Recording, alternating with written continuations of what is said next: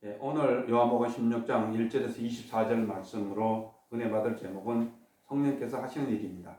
오늘 본문은 예수님께서 무엇 때문에 하늘 아버지께로 가셔야 하는지, 보혜사 성령께서 예수를 섬기는 사람들에게 오셔야만 하는지 생각하면서 은혜 받기를 원합니다. 예수님이 제자들에게 이것을 이루신다고 말씀하셨는데 이것이 무엇입니까? 1절에 보면 이것은 제자들이 예수를 섬기는 일 때문에 핍박을 받을 때 보혜사 성령을 보내신다는 그러한 말씀을 가리키는 것입니다. 그래서 이 말씀을 하시는 이유는 제자들이 예수를 섬기다가 극심한 고난을 받을 때 실족하지 않게 하기 위해서 미리 말씀을 주시는 것입니다. 즉 고난받을 때 주님이 하신 말씀을 생각하면서 그 고난을 이겨내라고 주시는 것입니다. 그래서 제자들이 하나님을 섬기는 일로 인해서 구체적으로 어떠한 어려움이 올 것이라고 말씀하고 있습니까? 2절에 보면 예수님을 섬기는 일로 출교를 당할 것이라고 했습니다. 그래서 예수님의 제자들은 대부분 유대인들이었습니다. 출교는 유대 공동체에서 단순히 쫓겨나는 것을 의미할 뿐만 아니라 하나님의 백성에서 제외되는 것을 의미한다고 했습니다. 그래서 랍비들은 구약의 가르침을 이용하여 출애를 하나님의 백성에게서 제외되며 유대인들과 떡을 뗄 수 없음을 의미합니다. 따라서 출교는 그저 유대 공동체로부터 쫓겨나는 것으로 그치지 않고 그 당시의 문화, 교육, 경제, 예의, 사소한 마을의 공고문이나 시장, 정부 등으로부터 완전히 분리되는 현실적인 고난을 의미한다고 말씀하고 있습니다. 그래서 실질적으로 유대 지도자들은 급성장하는 기독교 세력을 억제하기 위해서 유대 기독교인들을 해당해서 파문시키는 일들을 강행했습니다. 그리고 주 90년경에는 랍비 가말리엘 2세는 기독교를 이단으로 정죄하기도 했습니다. 그래서 때가 되면 이 일로 인해서 또 죽임을 당할 수도 있다고 했습니다. 다시 말해서 예수님이 아버지 하나님께 가신 후에도 순교도 당할 수 있고 심한 박해도 올 것이라고 주님은 말씀하고 있습니다. 그래서 이 일로 죽이는 자는 생각하기를, 다시 말해서 이 박해하는 유대인들은 이러한 일이 하나님을 섬기는 일이라고 생각했습니다. 그래서 실질적으로 사도 바울은 다메섹에서 개심하기 전에는 하나님을 섬기는 열심으로 성도들을 죽이고 애국에 있는 성읍 다메섹까지 찾아가서 예수 믿는 사람들을 핍박하기도 했습니다. 그래서 영국에서는 성경을 영어로 번역한 일로 많은 사람들이 투옥되거나 또한 사형당했습니다. 그래서 윌리엄 틴델은 이 일로 반대의 질투 또한 감옥에 갇히는 온갖 어려움을 겪다가 1536년에 벨기에에서 사형을 당했습니다. 그래서 그는 이런 기도를 했습니다. 하나님, 영국 왕의 눈을 뜨게 하여 주시옵소서. 이런 유명한 그런 기도의 글을 남겼습니다. 그래서 틴델 자신은 죽음으로 인해서 영국이 변화된 것은 보지 못했지만 그가 사형당할 때에 영국에서는 이미 헨리 왕의 허락이 있어 주로 틴델이 번역한 영어 성경이 읽혀지고 있었다고 했습니다. 우리나라는 그 큰 대가를 치르고 또 성경을 읽을 수 있는 것을 절대로 잊어서는 안 됩니다. 뭘 잊어서는 안 됩니까? 우리나라의 최초 성경 번역 존 로스 선교사가 스코틀랜드 성소 공회의 지원을 받아서 1882년 최초의 성경인 예수 성교 누가복음서를 만들고 1887년도는 최초의 우리 신약 전서인 예수 성교 전서를 완성했습니다. 누구의 도움을 받아서? 장사꾼 이응찬의 도움을 받아서 이 성경을 번역할 수가 있었다고 기록하고 있습니다. 그래서 사람들이 하나님을 섬기는 일로 제자들에게 모진 고통을 자행하는 이유는 또한 무엇이라고 말씀하고 있습니까? 3절에 보면 그들은 아버지를 섬기를 아버지 하나님을 모르고 예수를 알지 못했기 때문에 이런 모진 고통을 주었다고 우리가 볼 수 있습니다. 또 사도 바울도 유대 교회의 지나친 열심으로 예수님이 바울에게 계시하기 전에 일어난 일이라고 그런 이야기했습니다. 그래서 사람들은 하나님 무서운 줄 모르기 때문에 겁없이 몹쓸 짓을 서슴지 않고 있었다. 이렇게 말할 수가 있습니다. 그래서 예수님은 박해가 일어날 것을 미리 제자들에게 말씀하신 일은 무엇입니까? 4절에 봅니다. 이 일을 듣고 있을 때는 깨닫지 못하지만 어둠의 시련이 당할 때 말하는 것들을 기억나게 하고 또한 이기게 한다는 것입니다. 그래서 어둠의 때에 이 말씀을 기억할 때 말씀으로 어려운 난관을 이겨나오게 하는 것입니다. 고통의 때에 예수님이 하신 말씀을 기억하면 큰 위로가 되죠. 또한 확신을 받는 기쁨으로 이 일이 사단으로부터 오는 일이라는 것을 알고 대처하고 승리할 수 있는 것입니다. 더욱이 성령께서 제자들과 함께 계시면서 예수님의 말씀을 생각나므로 그들은 핍박을 당할지라도 조금 더 이상하게 생각하지 않을 수 있게 되는 것입니다. 그래서 이 말씀을 공생의 시초부터 이 말을 하지 않는 이유는 주님이 함께 했기 때문에 그다지 어려움이 없었습니다. 그 당시 핍박의 대상은 예수님께 집중되어 있었기 때문입니다. 그러나 주님이 떠나가시면 제자들은 스스로 하나님을 섬기는 일로 세상과 맞서 싸워야 하기 때문에 세상을 이길 수 있는 말씀을 무기로 주시는 것입니다. 그래서 에베소서 6장에도 보면 6장 11절에 보면 마귀의 계계를 능히 대적하기 위하여 너희가 전신갑주, 다시 말해서 하나님의 말씀으로 무장하라고 말씀해 주신 것입니다. 그래서 예수님께서 아버지께로 가신다고 말씀하실 때 제자들의 반응은 어땠습니까? 5절에 보면 예수님이 나를 보내신 이 아버지께로 가신다는 말씀에 제자들은 그 누구 하나도 묻는 자가 없었습니다. 대동하는 자가 없었습니다. 전에는 요한복음 13장 36절에는 주여 어디로 가시나이까? 또 베드로의 질문과 또 14장 5절에는 어디로 가는지를 우리는 알지 못합니다 하고서 말도 잘했는데 지금은 뭔가 느껴진 것이 있는지 주님이 이렇게 말씀하시는데도 아무 말이 없었다고 했습니다. 오히려 예수님의 말씀으로 인해서 그들에게 무엇이 가득했다고 얘기하고 있습니다. 6절에 보면 제자들은 예수님이 고난당하는 말을 하기에 그들의 마음이 근심으로 가득 찼다고 얘기하고 있습니다. 그래서 예수는 자신이 아버지께로 간다는 사실을 알림으로써 자신의 기쁨을 제자들과 공유하기를 원했습니다. 내가 아버지께로 가고 내가 이 고통을 당하면서 너희들에게 주는 기쁨과 새 생명과 그 구원의 항을성과 이런 것들에 대한 기쁨을 나누려고 했는데 이들은 이것이 아니라 단순히 주님이 죽으시고 우리는 그 죽음 이후에 우리의 앞날도 보장할 수 없다는 그런 두려움에 가득 차게 된 것이죠. 그래서 예수님은 자신이 세상을 떠나 아버지께로 가는 것이 제자들에게 어떠한 유익이 있다고 말씀하셨습니다. 7절에 봅니다. 예수님은 내가 너희를 떠나가는 것이 실제적으로 너희에게 유익이 된다. 그 이유는 예수님이 하늘로 떠나가셔야지만 보혜사 성령이 제자들에게 오신다는 것입니다. 그래서 보혜사는 예수가 십자가의 죽음과 더불어 부활의 영광을 얻기 전에는 오시지 않습니다. 예수께서 부활의 영광을 나타내신 후 성국께 가기 전에는 결코 성령이 오실 수 없다는 것입니다. 사실 제자들이 예수님과 함께 할 때는 그들이 믿음으로 할 수 있는 일이 아무도 없었습니다. 그렇지만 보혜사 성령이 오심으로 말미암아서 그들이 한 일은 예수님이 공생에 대한 일보다도 훨씬 많은 일을 할 수 있었던 것을 우리가 볼 수 있습니다. 그래서 보혜사 성령께서 오셔서 구체적으로 하시는 일이 무엇입니까? 오늘 우리가 읽었던 본문 중에서 8절에 보면 보혜사 성령께서 오셔서 하시는 일은 죄와 의와 그리고 심판에 대하여 책망하시는 일들을 하신다고 했습니다. 다시 말해서 성도들의 어두운 심령을 책망하신다고 말씀하셨습니다.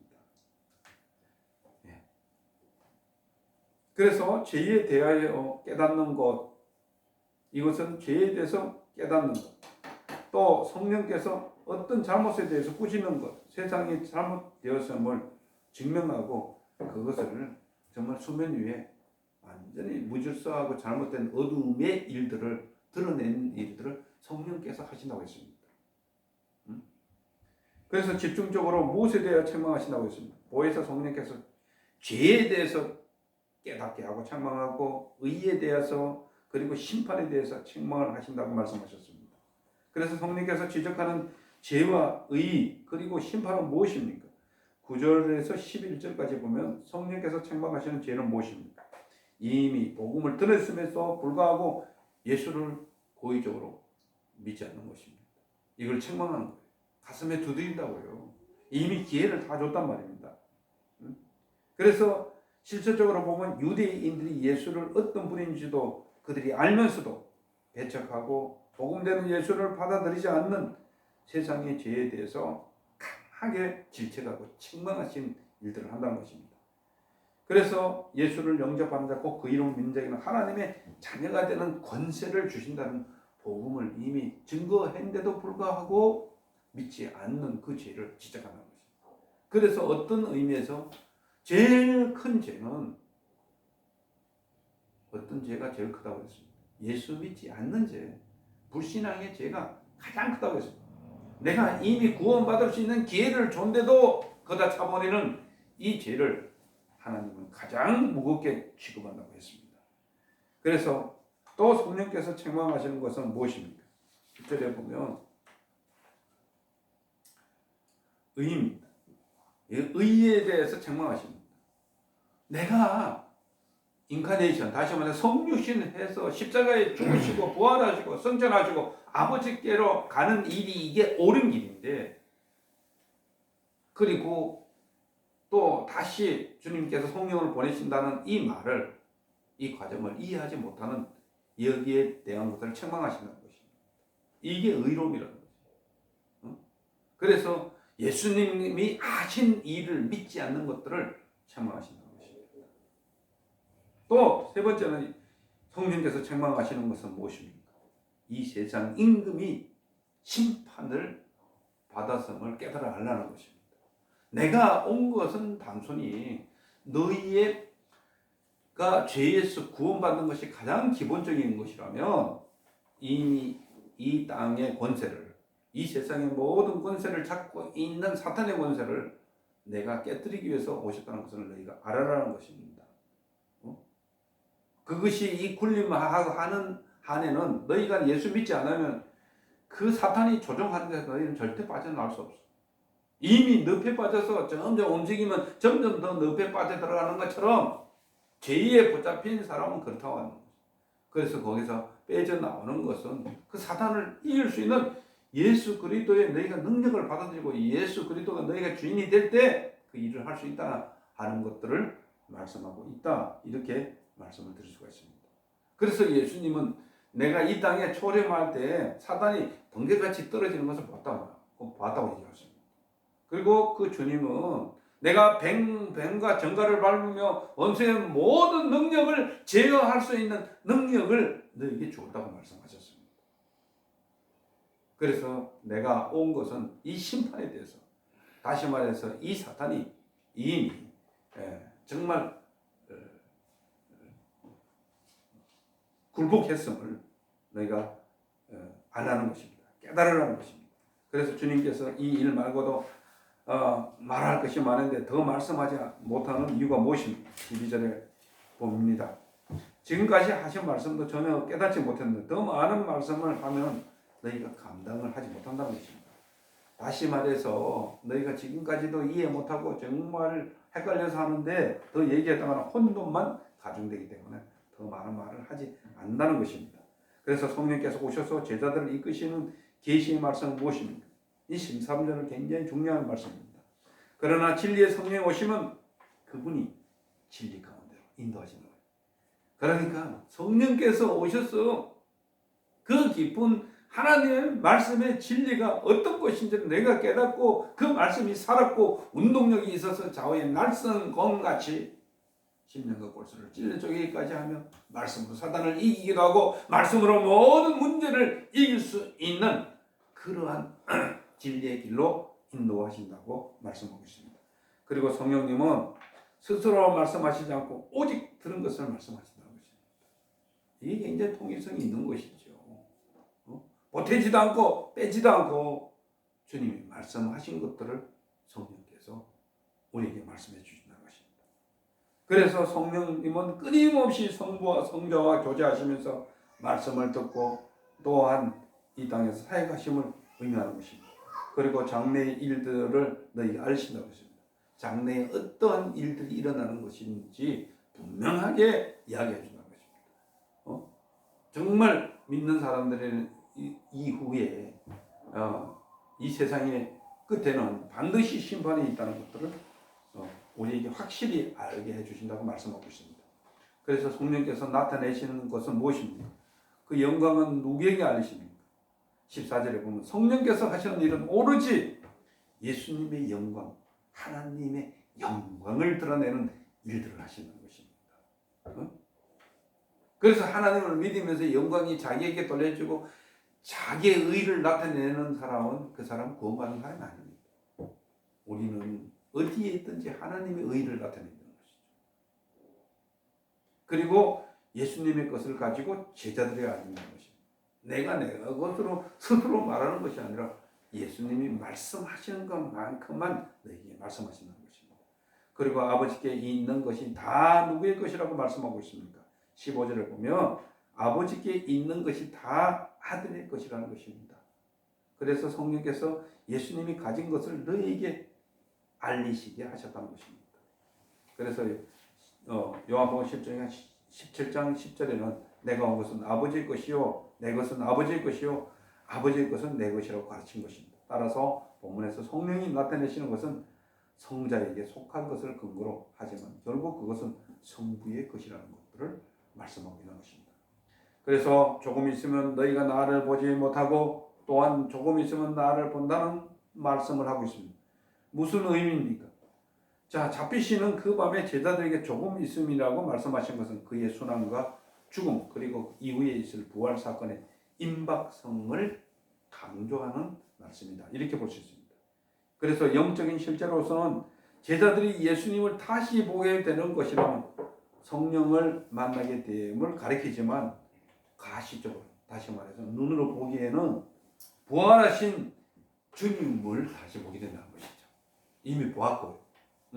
그래서 제자들이 하는 질문은 무엇입니까? 17절에 보면 조금 있으면 나를 보지 못하고 조금 있으면 나를 본다고 말씀하시고 내가 아버지께로 가리란 말이 무슨 뜻인지 그들은 의아해하고 있습니다.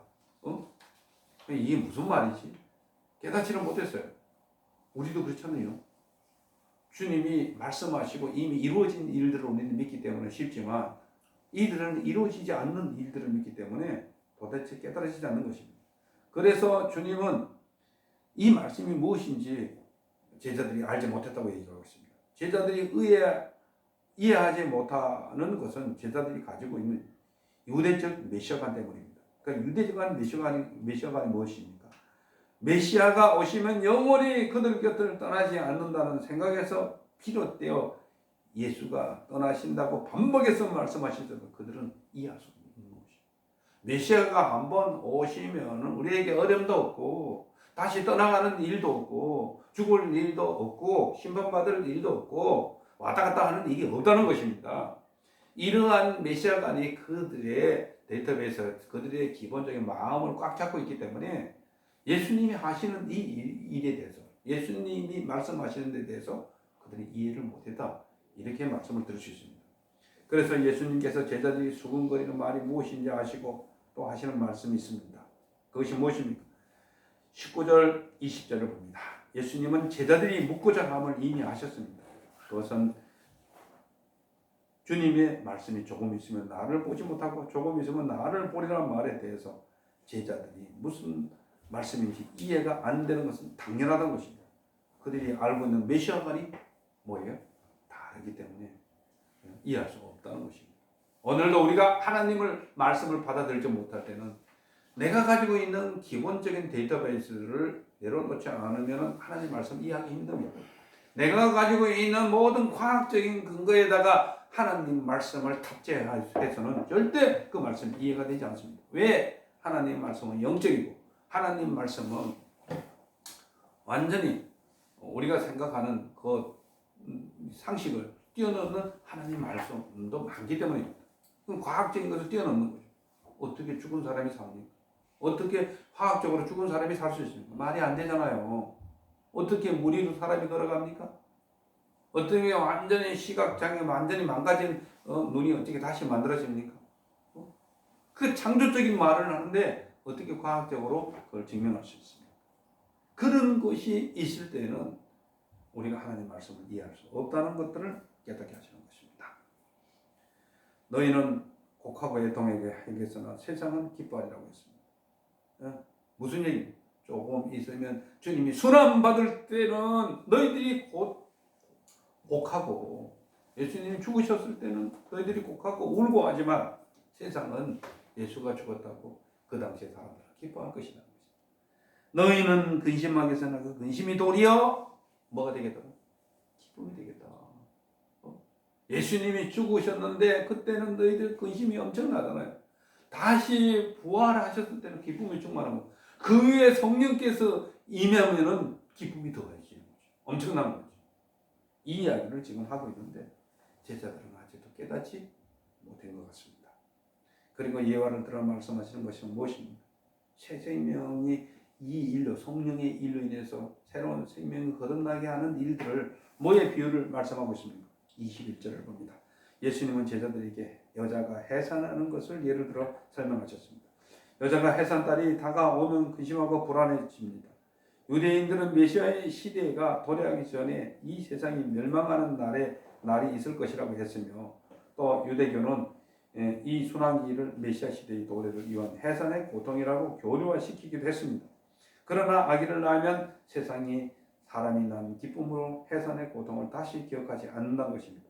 오히려 새로 태어난 사람들은 그리스도의 부활을 상징하며 더 나아가 제자들의 고통과 함께 탄생할 새로운 이스라엘 교회를 너희가 봄으로 말미암아서 지금까지 받았던 모든 고통을 잊고 또한 그 고통 버금가게 보통 그 고통을 뛰어넘어서 그 기쁨이 더해질 것이라는 것을 이야기해주고 있는 것입니다. 또한 예수님은 근심하는 제자들에게 이루와 희망의 메시지가 무엇입니까? 22절에 보면 너희는 지금은 나를 보지 못한다고 근심하지만 내가 다시 제자들을 볼 때 너희는 기뻐할 것이다. 이는 부활후 40일 동안 지상에 계실 때에 제자들에게 자신의 영광스러운 부활을 나타내실 것을 미리 말씀하시는 말씀입니다. 뿐만 아니라 제자들이 어떠한 처지 속에 있다 할지라도 저들을 찾으시겠다는 약속의 말씀입니다.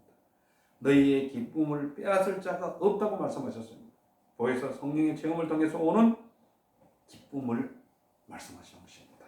그래서 하나님의 구원하심을 체험한 다윗은 숱한 고난 가운데서 자신을 구원해 주신 하나님을 인해 기뻐하며 즐거워했던 구약의 대표적인 인물이었습니다. 시편 16편 8절에서 11절에 말씀하고 있죠. 그리고 선지자들도 하나님의 구원하심을 바라보고 기뻐했다고 하박국 선지자가 말씀하고 있잖아요. 애양간에 송아지가 없고 또한 포도나무 열매가 없다는 것은 나는 구원의 하나님을 기뻐하리라. 그런 찬양을 했던 것을 볼 수 있습니다. 그런데 또한 성령의 충만함을 받은 후 마가의 다락방에 모인 제자들에게 성령이 임했을 때 그들의 삶에 있어서 두드러진 점은 기쁨이었습니다. 기쁨이 그들에게 충만했습니다. 그래서 바울은 성령의 열매 중 사랑 다음으로 희락, 다시 말해서 기쁨을 언급하기도 했습니다. 그래서 본절에서 예수가 제자들에게 말씀하시는 기쁨은 두 가지 종류의 기쁨 모두를 의미합니다. 구원받아서 기쁘고 성령의 충만함을 받아서 기뻐하는 두 가지를 얘기하고 있는 것이죠. 그래서 제자들은 부활을 목적함으로 하나님의 구원을 확신하고 기쁨을 얻게 되었으며 예수가 하나님의 보좌 우편으로 돌아가신 후에도 성령의 강림으로 인해서 그들의 기쁨은 끊임없이 지속적으로 이어지고 있었다고 말씀하고 있습니다. 그날 즉 성령이 임하는 날에는 제자들이 죽게 의무를 갖지 않는 이유는 무엇입니까? 23절을 봅니다. 보혜사 성령이 임하는 날에는 너희가 아무것도 내게 묻지 않았다는 것입니다. 왜? 모든 궁금증이 다 풀려졌기 때문에 모든 말씀하신 것이 다 수면 위에서 이런 말씀이었구나 하는 것들이 그냥 알아집니다. 성령이 임하니까.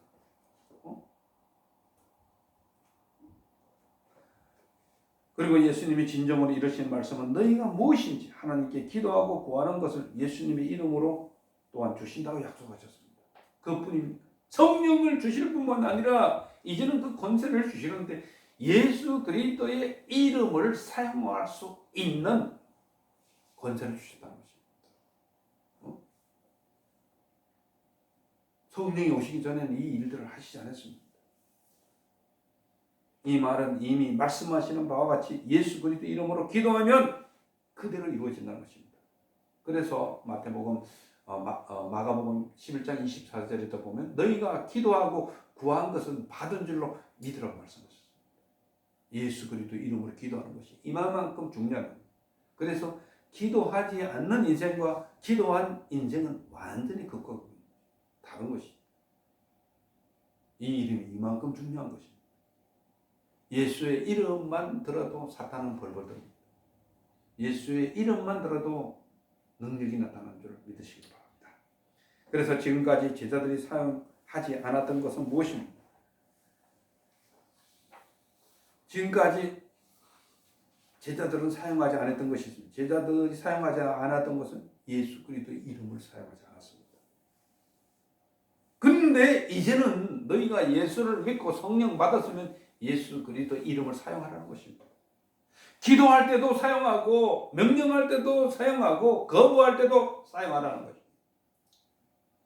우리 가정에 모든 불길한 일은 예수 그리스도 이름으로 거부합니다. 이 말을 해야 된다는 것입니다. 예수 그리스도 이름으로 우리의 가정에 흐르는 모든 저주는 예수 그리스도 이름으로 떠나가고 또한 내가 예수 그리스도 이름으로 거부한다고 할 때 그 저주는 우리에게 올 수가 없는 것입니다. 가게로부터 흐르는 모든 저주, 가게로부터 흐르는 모든 아킬레스건, 이 인간에게 당하는 이러한 모든 것들을 예수님이 이름으로 명령해 드린 것입니다. 그래서 우리는 알 수 없는 고난을 받을 수 없는, 우리가 받는 것은 알 수 있는 고난을 우리는 당하는 것이죠. 왜? 영혼을 구원하기 위하여서 핍박을 받거나 그러면 거기에 버금가게 더 많은 상금이 있다는 사실을 우리는 알아야 되는 것입니다. 그래서 어떤 분이 그랬어요. 그리스도의 고난은 검은 망토를 쓰고 오는 축복과 같다, 이런 말씀을 한 적이 있어요. 그래, 우리에겐 검은 것이 오고 우리에게는 두려움이 오는 것 같아도 우리는 그것을 통해서 축복을 받을 수 있는 것이죠. 이것을 우리는 알아야 됩니다. 내가 사망의 음침한 골짜기로 다닐지라도 내가 해를 두려워하지 않은 것은 주께서 나와 함께합니다. 주께서 나와 함께하기 때문에 우리의 보이기에는 사망의 음침한 골짜기를 다니는 것 같아도 그것이 아니라는 것입니다. 그리고 너희 안에 주님이 주시는 기쁨이 충만하니라고 또한 다시 한번 강조해 말씀하셨습니다. 사랑하는 성도 여러분, 예수님은 십자가를 지시기 전 제자들에게 왜 성령을 보내셔야만 하는지 계시하셨습니다. 성령이 오셔야지만 예수님이 제자들에게 말씀한 것이 깨달아지고 예수님이 누구인지, 하나님이 누구인지 알 수 있다고 했습니다. 보혜사 성령님만이 예수님이 어떤 분인지 증언하기 때문입니다. 그리고 성령님은 우리가 예수 믿고 물과 성령으로 거듭날 수 있게 하시며 새 생명 가운데 정말 활발하게 기능할 수 있도록 도우신다고 말씀하셨습니다. 성령님은 우리의 진정한 죄가 무엇인지, 또한 성령님은 우리가 생각하고 있는 의의가 무엇인지, 심판이 무엇인지를 책망하고 깨닫게 하신다고 말씀하셨습니다. 그리고 성령이 우리에게 오시는 것은 말할 수 없는 기쁨과 이루로 가득 채우셔서 그 어떤 박해와 고난이 와도 이길 수 있는 힘을 주시기 때문입니다. 따라서 성도 여러분, 성령의 충만을 함을 받기를 사모하십시오. 그리고 성령을 쫓아 행하십시오. 성령의 열매를 맺고 예수 그리스도의 장성한 분량으로 자라나기를 예수 그리스도 이름으로 축원합니다. 기도하겠습니다. 살아계신 아버지 하나님, 은혜를 감사합니다. 오늘도 우리가 성령의 충만함을 받아서 이 땅에 정말 예수 그리스도의 일들을 힘있게 나타낼 수 있게 도와주시고 복음 전하는 자로, 또한 이제 어둠에 빛을 비출 수 있는 자로, 또한 어떤 문제도 이길 수 있는 자로, 또한 선한 일을 행함으로 말미암아서 많은 사람들이 주께로 돌아오게 하는 일에 귀하게 쓰임 받을 수 있는 그런 성도들이 될 수 있도록 도와주시옵소서. 예수님 이름으로 축복하며 기도하옵나이다. 아멘.